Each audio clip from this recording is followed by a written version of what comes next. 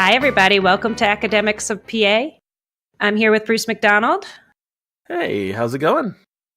Great. We're glad you're here. And then we have our wonderful guest, Dr. Mary Guy. Thank you so much for being here. And Bruce, do you want to say a few words about Dr. Mary Guy? Sure. Dr. Guy, or am I allowed to call you Mary? Feels a little weird since I knew you from FSU. You are free to call me Mary, yes. Okay, thank you. In that case, Mary is a professor at the School of Public Affairs at UC Denver. Her and I go back a little bit of a ways from her time at FSU, but she is formerly the MPA director out at UC Denver and does some really awesome work on emotional labor. So thank you for joining us. It's my pleasure. I wanted to start off because you have a little bit different of a background than everybody else we've talked to so far. That is, your background is in counseling, which I think is remarkably fascinating, but it is also different from public administration. So I wanted to ask kind of why you went into counseling and then how you made that switch from being a counselor over into a public administration scholar. You know, it's an interesting story that I think about quite a lot.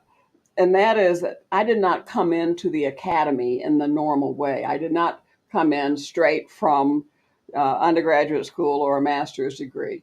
I worked as a practitioner, so I describe myself as having had prior lives. And my first graduate degree was in rehabilitation counseling. I had gone through my undergraduate work was a major in psychology with a minor in sociology. And then I took a first master's degree in rehabilitation counseling. And immediately after that, I worked for the Georgia Department of Vocational Rehabilitation for several years. And interestingly, that was back in the 70s. And I was a beneficiary of affirmative action. Up to my entry in the particular department where I was working, they had no women counselors. That was a man's job and had been for generations. And the office knew that they needed to have, quote, a woman. And so I got the job. And it taught me a lot about gender relations, and it taught me a lot about public service. I worked in that position for 3 years, and then I moved to the South Carolina Department of Mental Health, worked as a counselor there, and then took a second master's degree in psychology, and then worked as a psychologist for the Department of Mental Health until I was pretty convinced that simply doing one-on-one work really wasn't making a lasting difference, because I had worked in it long enough to see the same clients I had worked with 1 year come back several years later with similar problems. So I became very interested in program evaluation, to asking the question, what programs work and what are the variables that, in that case, hospital administration could manipulate in terms of treatment teams and modalities to really make more of a difference. At the same time I was doing that, then I also became sort of bored, and I liked graduate school. And so I started taking courses on a part-time basis. And because I had entered my career in public service, I've always believed that that's the real value of what a career is like. A career in business has never interested me. It seems to me to be a waste of time, because I like making a difference in people's lives. And I like making a difference in the community. So I would work at the Department of Mental Health, which was on one end of the main street in Columbia, South Carolina. And then I would, you know, just sneak away in the daytime or in the evenings and take classes at the University of South Carolina. And again, there was one woman on the public administration faculty while I was there. There were two of us, two women, in the entire doctoral program. And it was interesting that the one woman on the faculty was really very supportive of me, and encouraged me when I completed the degree to look for an academic job.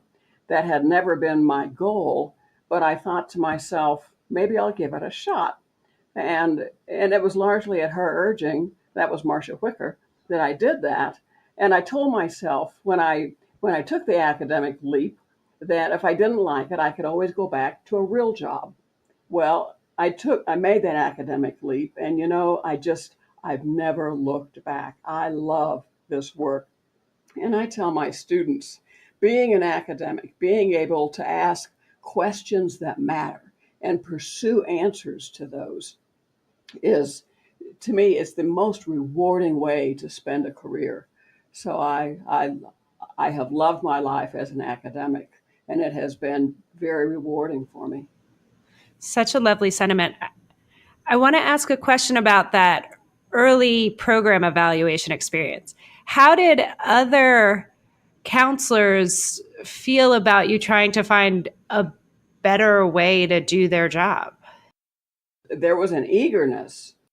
The turnover among counselors or the youngest therapists were that they would work about 3 years and then say, I'm seeing the same people, I'm doing the same thing. So that became sort of a major outpoint for people and professionals.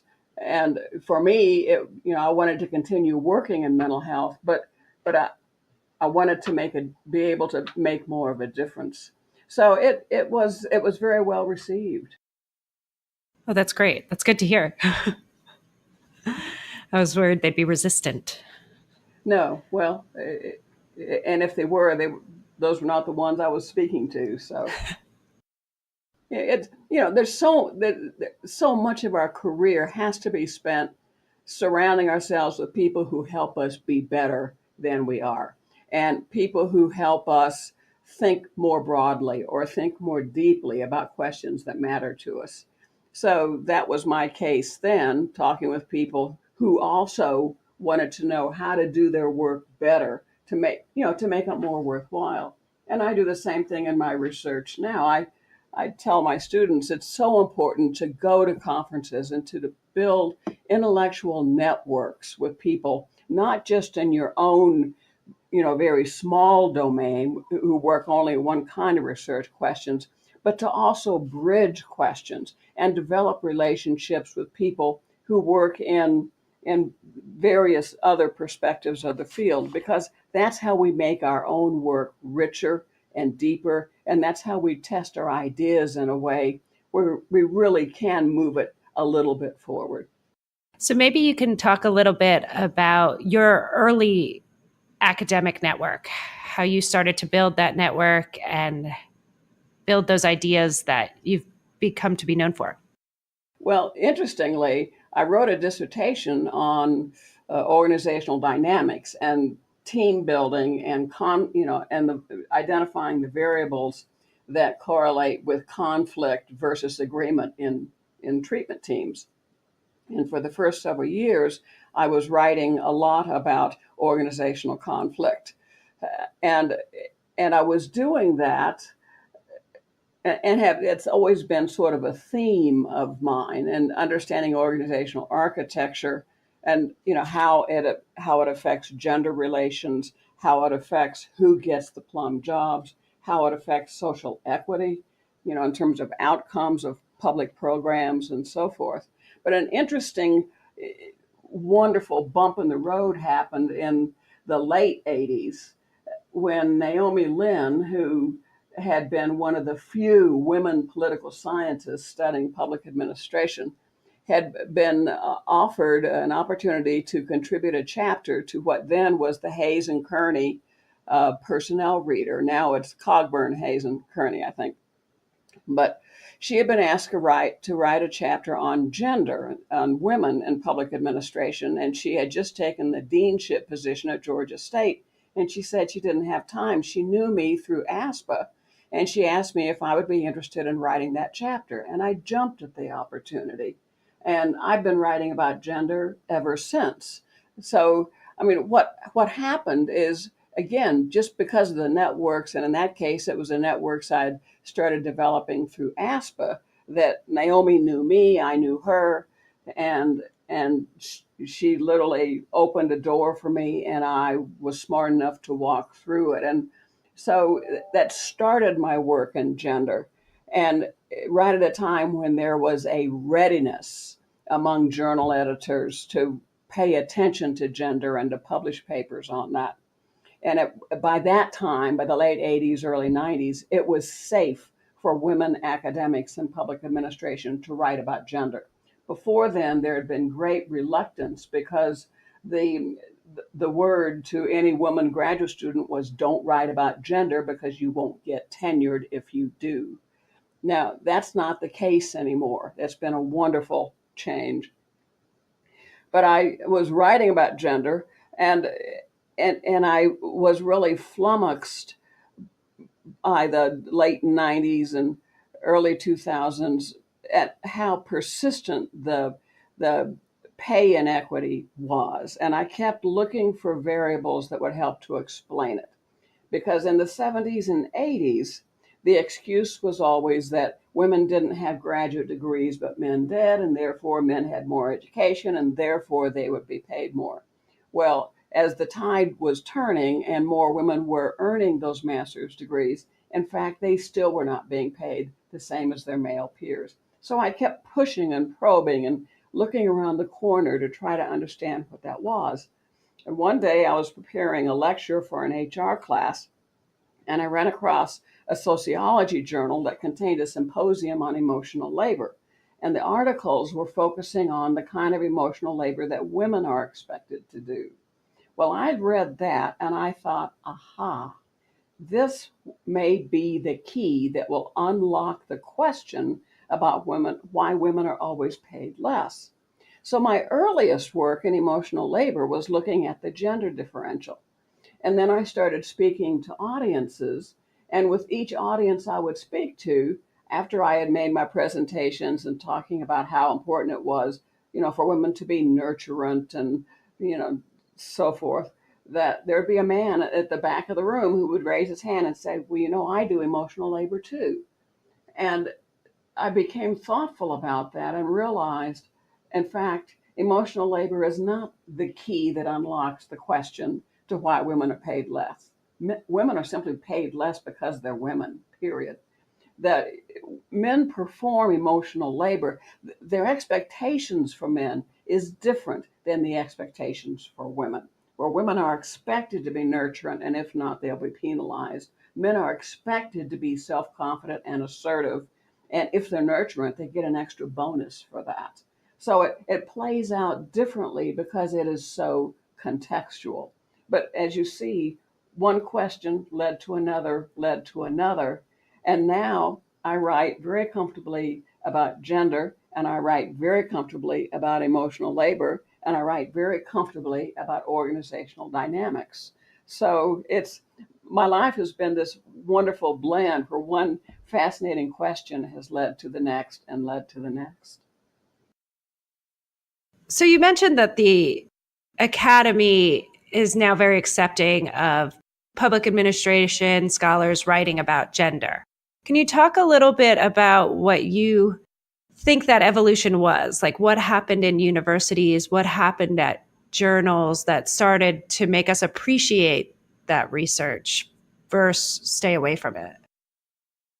Well, somewhat tongue in cheek, it's that women finally have been able to get into the academy. There are enough women in departments, and that in fact their voice matters. When I started my career, where each department would have one woman faculty member, that's, because every department thought they should have a woman, but one was enough.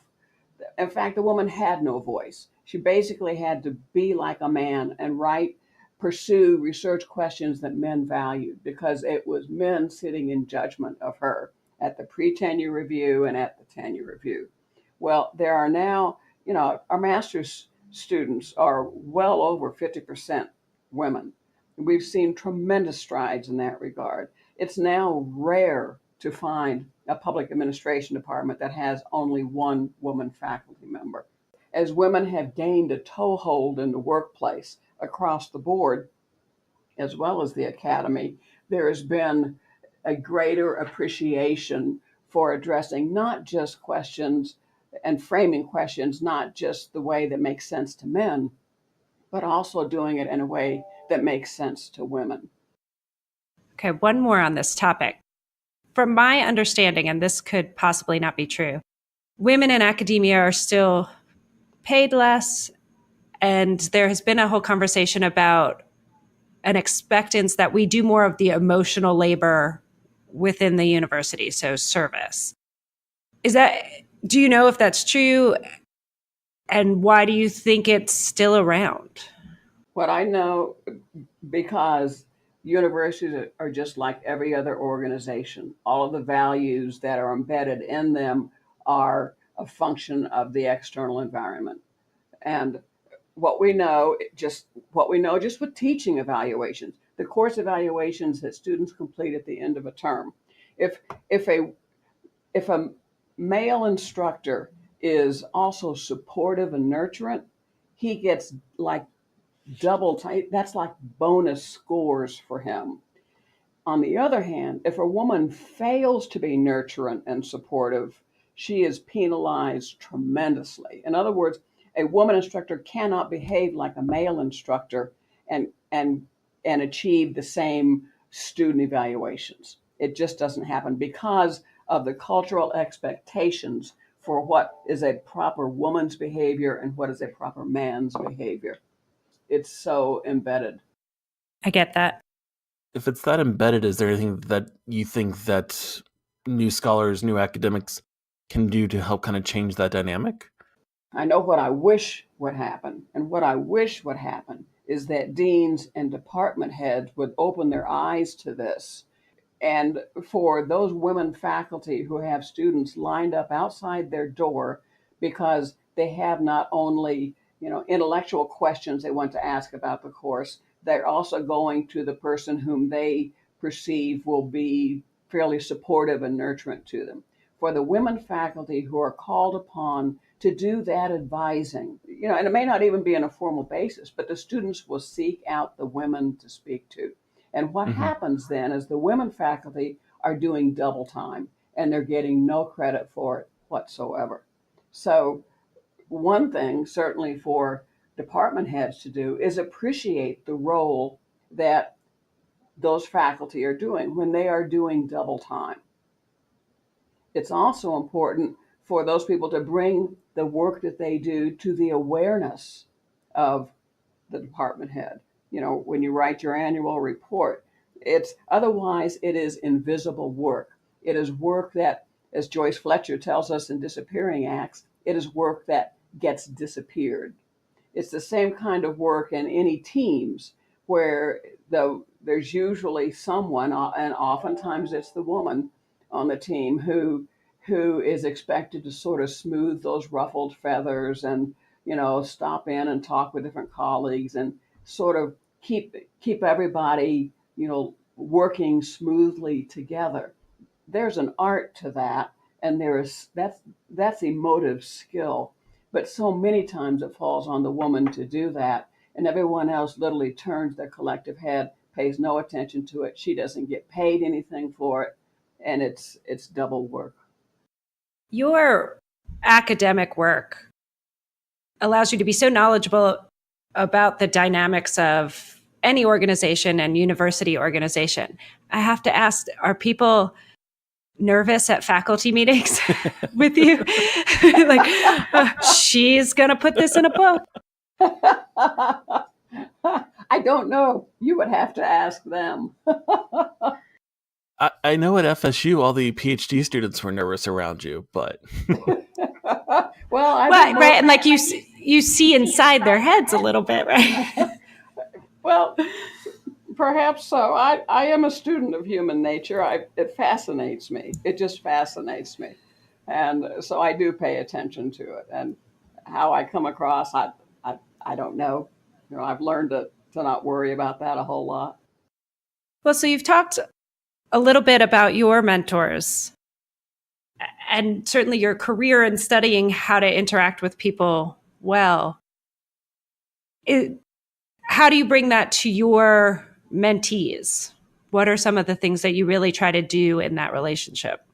I'm glad you asked that, because at this point in my career, my interest is in my legacy and and those lessons I can give to my doctoral students so that they don't have to learn lessons the hard way. And I, I try with each student to convince them and help them see how it's in their interest to find research questions that they care passionately about, because otherwise people go dry.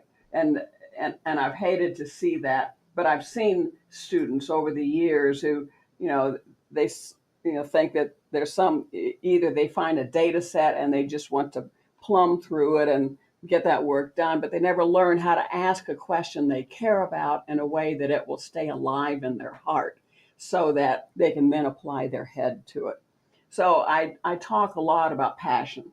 Our work as scholars is both science and art. And I want each of my students to go out starting their academic careers understanding this, loving the science of it, the knowingness of it, and also loving the art of it and learning who they are just by taking one step at a time and going through the thrills of acceptance of a paper and going through the heartbreak of getting a rejection and knowing how to deal with that and then move forward.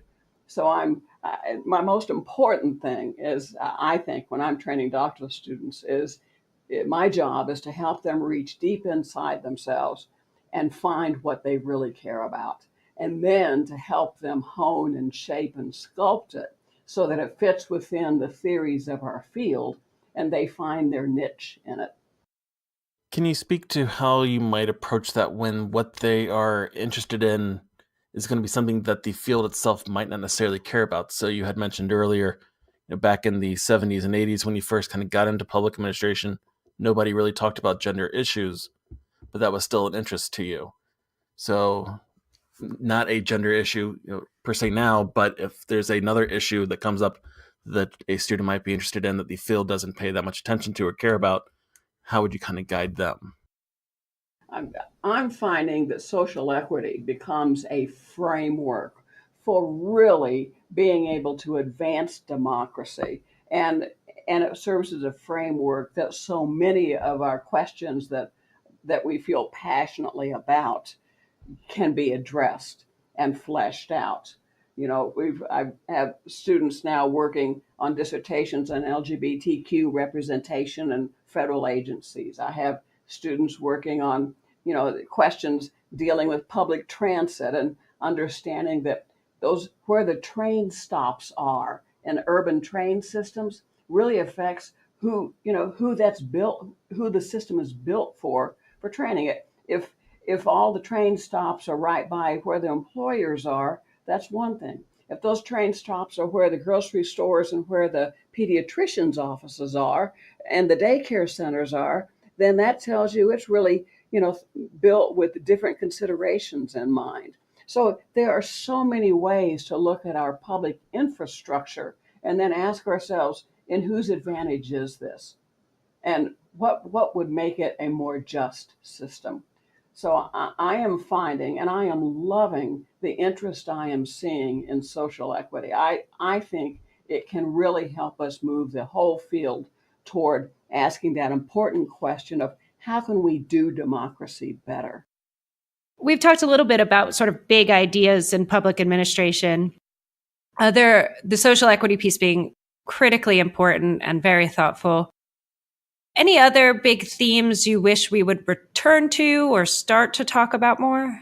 I am struck with how the quandaries of today are almost identical to the quandaries of 100 years ago. And there have been so many times that I have looped back to Jane Addams and Mary Parker Follett and reread their work to see that they were talking about citizen engagement, and how to prevent people from bowling alone. It occurs to me that in our chase for citation counts, we need not to delude ourselves into thinking that we're having new ideas. Ideas and water are the same. They're both recycled. There are no new ideas. There's no new water. Our challenge is to take the ideas we have and package them in a way that speak to today's and tomorrow's problems, but to be wise enough to root them and to understand the thinking that has gone into them from years, decades, and generations prior. That's why it's so important to really understand our literature. I am very disappointed to see so many in the field just chasing citation counts when I'm afraid there's very little relationship between citation counts and good ideas.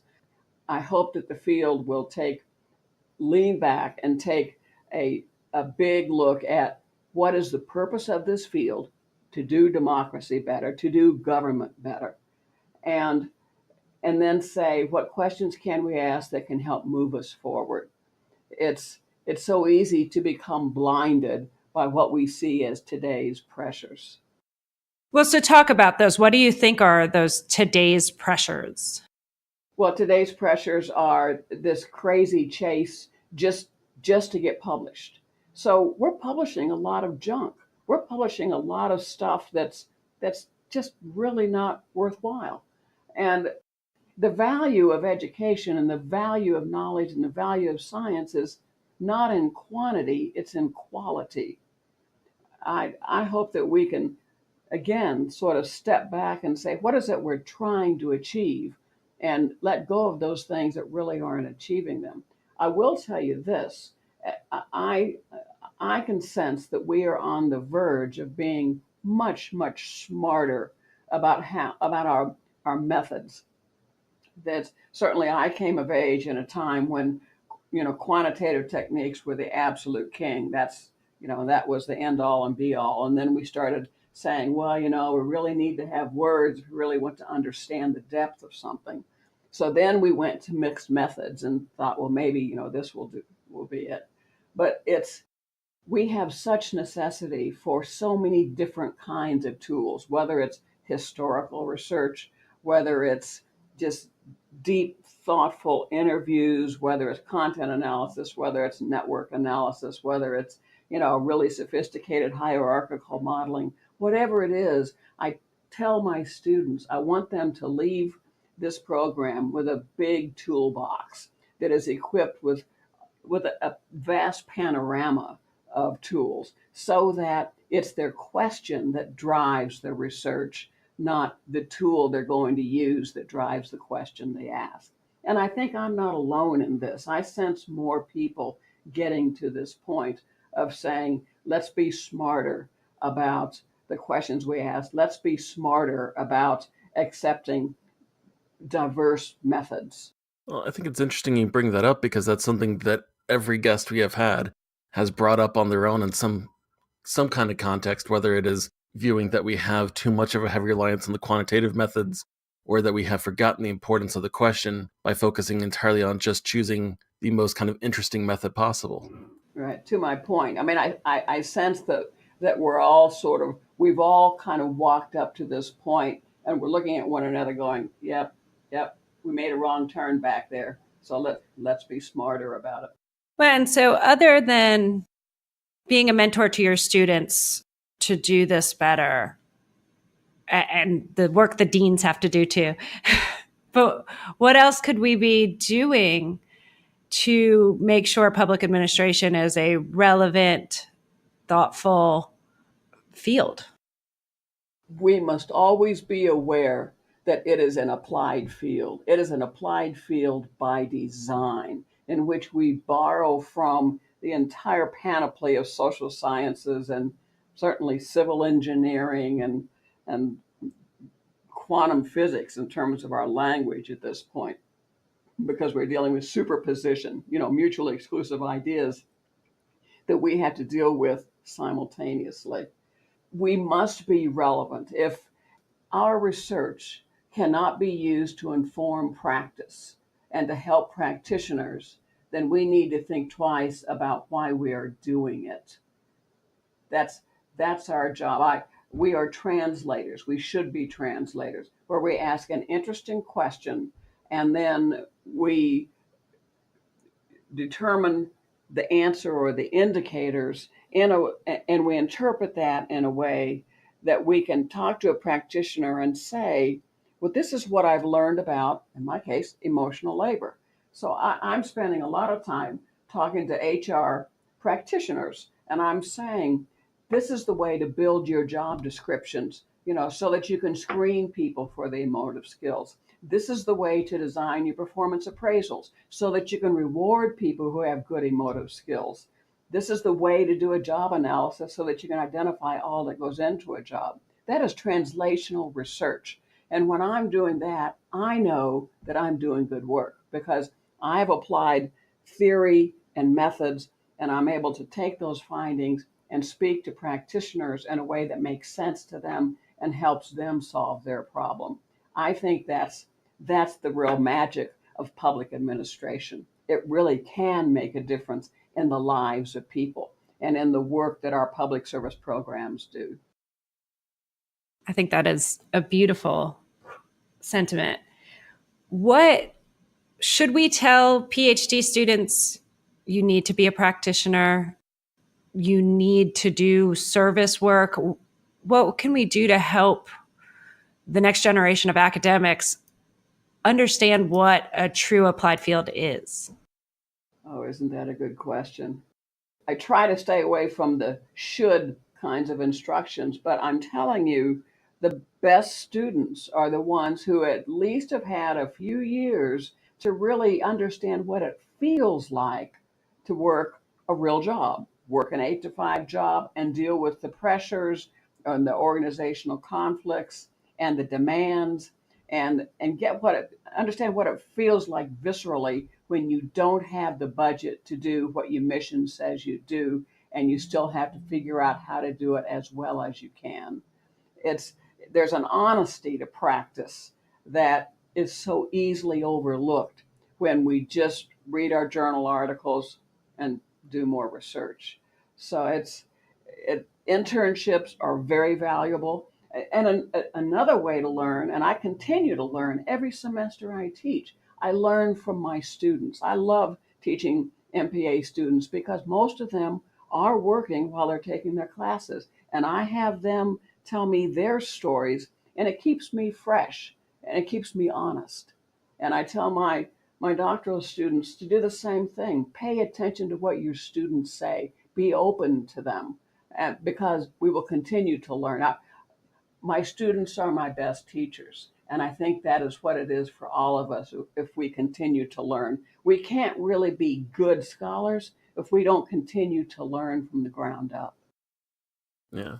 For a lot of people who are in academia, the opportunity to kind of go back and start from scratch and get those few years of experience first is definitely going to be something that's difficult, but there are different opportunities, whether it's to go work for an agency for a semester or to engage on a much more daily level by doing projects or service learning projects with different community organizations. Do you see those kind of as being a beneficial substitute for somebody who didn't have that initial experience first? Oh, absolutely. Absolutely. There used to be a scholar exchange program with the Federal Office of Public Management, and I used to see HR experts routinely doing those. I don't think that exists anymore. But in the absence of that, It's a good so idea, though. it is, yes. So many of our MPA programs require a capstone course where they do a project with an agency. And I learn from that every semester, just from, talking to my student and advising my student on that, but also then interacting with an agency representative. It really helps me stay in tune with what the pressures and the forces are at the street level. So it's there are many ways to stay in touch with or to get in touch with the street level work that is being done. One of the questions we have been asking many of the people we interview is how they have balanced work and home life. Can you talk a little bit about throughout your career, what those pressures have been and how you've managed both? It's That's hard. It's hard because when you get engaged, or when I get engaged in a research project, I really want to go with it total. I don't want to break away from it. And yet I know to stay fresh, I have to. So throughout my career, I've always thought of it as sort of sectors of my life: my personal life, my hobby life, and my work life, academic life. So for me, I've always had a hobby, and in this case, it was always just showing dogs at confirmation shows, and in other words, it was an outlet that I could spend a weekend at, and it felt like I'd been out of the office for an entire spring break because 2 days with people who speak a different language, who have different priorities, is really very refreshing. And so it let me move from one world to another. In terms of personal life, it's hard when you need to be working on that manuscript on a Saturday and on a Sunday, and your family wants to be doing something else.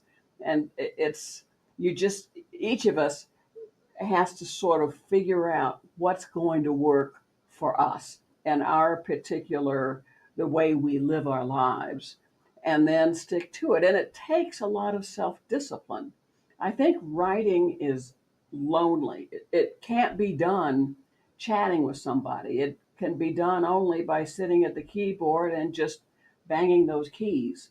So that's it takes a self-discipline that is an artist's self-discipline to sit there in front of the canvas, literally with your brush, and make the strokes, when it'd be a lot easier to be out, you know, at a playing volleyball or something. It's very unique. But those who succeed in this field are those who learn how to have that balance. The people who don't have a balance, who can't get away from their work, tend to burn out. The people who can't make themselves get away from their hobby, in order to do the work, never make tenure. It's a balancing act. And there are times when it would seem to be easier to have the real job, the 8 to 5 job where somebody else sets your boundaries. But in fact, that takes your freedom away. So the freedom of setting our own boundaries is incredibly burdensome until you figure it out. And I've been doing this game a long, long time, and there are still times when I have a hard time figuring it out. It's a struggle. Do you think that struggle's become kind of more prominent in more recent years as the push for more journal articles in order to get tenure, as the push for citation counts has started to increase? I think that's a problem. I think it takes the joy away. Having to pump out more pieces just because people are counting numbers takes the joy and the thrill away from getting that hit, getting that acceptance, on a piece that you're really proud of. When you're pumping out so many pieces, in fact, it's not very good work. Two, you're going to forget about the piece that was accepted 3 months ago because you just got a piece that was accepted today. It takes the thrill away. It is a mistake for us to think that more is better. I think we have to stop and say, what are the questions that matter? How can we frame them in a way that anyone's going to read this? Because there are people citing one another now, and they're never reading one another's work. They're just picking up those cites and plopping in at the end of the article, and it's not good work. Well, and it doesn't leave that time to engage or talk about it, what it means, or to work towards that next question, right? Because it just keep doing. It's meaning that we should always keep foremost. It is the meaning of our research. It is the meaning of our field. And it is the question of, is this work worthwhile? And we have to be thoughtful about it. In one way, it's just easy to do brainless pumping out stuff, do 3 different cuts from 3 different regression, models on something. And when it's all done, frankly, it wasn't worth doing. That's how I feel about most of what I do.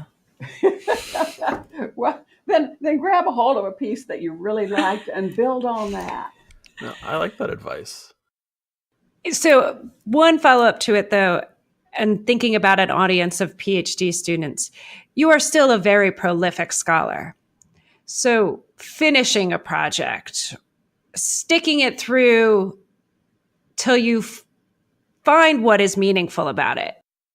How do you do that?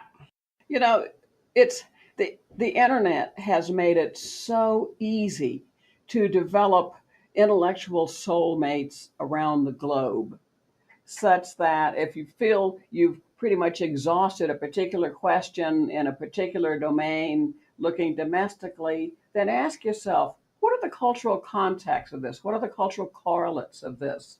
And I communicate every day with colleagues in China and Pakistan and Australia, and I think nothing of it. They respond to me faster than my colleagues do who are at the other end of this hallway, where my office is. It is the internet has allowed us to expand our networks to such a point that also lets us expand the way we ask questions and how we can understand all that constellation of correlates that goes with things. It's it's just really fascinating. I'm engaged right now in international project on emotional labor, and so I and my team have administered surveys in 12 different countries on 5 different continents. And now we're putting this together in a book. And it is way cool. It's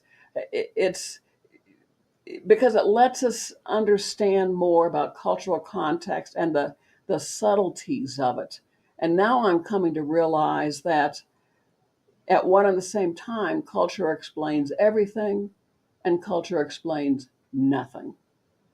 Human behavior is so variable that we cannot put it in a can and have it be tremendously predictable. It just fascinates me that the more I stare at this, the more pieces I see to it. It's just fascinating. You mentioned before your legacy. What do you think your legacy in public administration will be? Oh boy. What do you want it to be? What I would like for it to be is that I taught the field about that there is more to work than cognitive work, that in fact the emotive work is so much a part of people's jobs that we have to pay attention to it. So I'm hoping several things. One is I hope people say, "Oh yeah, Mary Guy, I remember her. She wrote about gender. She wrote about social equity. She wrote about organization. She wrote about emotional labor." And and they will go back to it and look at it the way I go back and look at Mary Parker Follett's work or Jane Addams' work, or I even go back and marvel at Laverne Birchfield. And so I hope my students will say, Mary Guy taught me to love what I do and taught me how to love what I do. No, I think that's a pretty good legacy. From everything I've heard, that's how you'll forever be That's how I'm remembered. going down. Yeah. But you must be pretty thoughtful about this, that your legacy does match your hope for it. Well, that's my goal. Here's the really wonderful thing about being at this point in my career, and that is that I do think a lot about this. It's the phases of our life, bring different interests and different things we think about as we get through our day, and then we look at yesterday and wonder. And I'm at a point now where I look back and I look at this path of my life, and I'm thinking this is just way cool. This was just way cool, and and I want others to get to the point where I am now and have the same good feeling that they've had a way cool life. So I do have to ask one thing. About a year or so ago, I was watching TV, and it was a dog show, and I'm pretty sure that was you on the front row. Yes. Oh, that was at the Garden, Westminster Kennel Club show. That's part of my hobby. That's a show. That's the most prestigious dog show in the nation, and or actually around the world, and it's held every February in New York City. And so for 40 years, I have been going to the Westminster Kennel Club show as a busman's holiday. I've never gone there to show my own dog. I go up just to see the most beautiful, beautiful dogs in this nation, and I love it. And so over the years I've created friendships there, and I always get myself a treat to a Broadway show. And I have my routine, and I don't care what's happening at the office. I don't care what classes I'm teaching. I find a way to get away, and everybody knows that about me. And that's where I am. I'm at the garden in February. Simple as that. What kind of dogs? Well, I've always been showing Bernese mountain dogs. It's just a big, handsome, I'll be Googling that in a moment. but but I love all show dogs. I love the hobby of it. It's just because it has been so good for my mental health. It has given me an outlet that's different from work. And it's been, and I tell my students, if you have a hobby, love it and hold on to it, because when you get that rejection on a paper that you really thought was great, you need some way to get your head away from that before you go back to it, repair the paper, and get it out again. And a hobby that you can just pour yourself into for a day or two really helps you remove yourself and get perspective on it.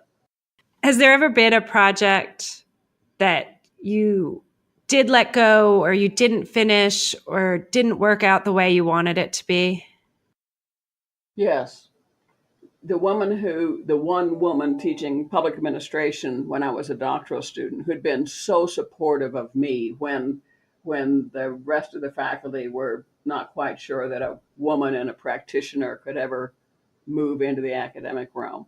The woman was so supportive of me, and after I graduated, we stayed in touch, and she and I had actually put together a prospectus to do an introductory textbook. And then she became ill and died. And I was too blown away to take the project by myself. And so I just forfeited that and let it go. And I never felt good about it, but I could not do that. And then recently, I teamed up with Todd. I decided it was time to do an introductory textbook, and I teamed up with my colleague, Todd Ely. And I said, Todd, I want to do this textbook, and I need someone to help me on the finance and budget and performance chapters. And so he and I published that book, and it felt good at two different levels when that went to the publisher. And that is that I finally went back and finished what Marcia and I had started. And the other is that I think I understand how I want to teach public administration, and I'm happy with that book because I think it teaches it the way I see it. And so, but that was a case. I have co-authored with so many people, and in each co-authorship, it's interesting. There some authors you become an intellectual soulmate with. Some authors simply make your work better because they add a piece that you don't have. And it's interesting what co-authoring does, but that has been a very valuable process for me. If I can ask, how do you choose your co-authors? Because I know a lot of people work in very different kind of ways, so there has to be kind of some trick to finding a good co-author that works well with what your process is going to be. Right, exactly. And I've worked with some co-authors and once and never worked with them again. I've worked with some over and over and over, and I miss them when I don't have them. And some co-authors, I meet regularly or we have regular conversations, and some we simply have cryptic email communications, and that's it. It really varies. It varies by topic. It varies by the nature of whether or not we're really on the same wave, or whether we're on two different waves and we just need to combine our work to make it good. So it varies. But one of the reasons that I think going to conferences is so important is it lets us put names with faces, and it lets us get a sense sort of who's doing what kind of work, and develop some friendships that may turn into co-authorships. It's important to always see who else is working in the field, see who knows what, and then sense which people we want to do a paper together. And if that's a good experience, we'll tend to work together again. If it's not a good experience, then it's a one-off. Have you ever had an experience, and I won't ask you to name names, where halfway through you just kind of stop and say, this isn't working in terms of working together? No, I'm the sort of person that once I start reading a book, even if it's bad, I finish it. If I go to a movie, even if it's bad, I finish it. So if I'm in a project, even if it's going bad, I finish it. But I will never engage in it again with someone. All right, we're starting to come up on time. Anything else you want to share with what is currently a narrow audience, but I think more will listen because of you? Well, it's so important to care about what we do. And if people find that they're asking questions that aren't interesting, then those aren't the right questions to be asking, or they're not being asked the right way. So I think we need to be prideful on our work, but we also need to be humble on our work. They're water and ideas, they're recycled, they're not new. Our challenge is to repackage those ideas in a way that speaks to today and tomorrow. There are just there is no field to me more satisfying than public service, whether we're working on it at the street level, whether we're working at it in the executive office, or whether we're working in it in terms of our scholarship. But that's how we affect people's lives. That's how we can make communities better. That's how we can have more peace and less conflict. That's that's how we can be together on this earth. That's what public service does for us. And I want people to care about it. No, I think that's a great place to end with. Thank you so much for being with us. We appreciate this conversation and everything you have to share with us in the field. Well, good luck putting this all together and making sense out of it. I think it's going to be an easy one. Oh, yeah, no, this will be definitely an easy one to clean up and edit. So thank you for coming on and joining us.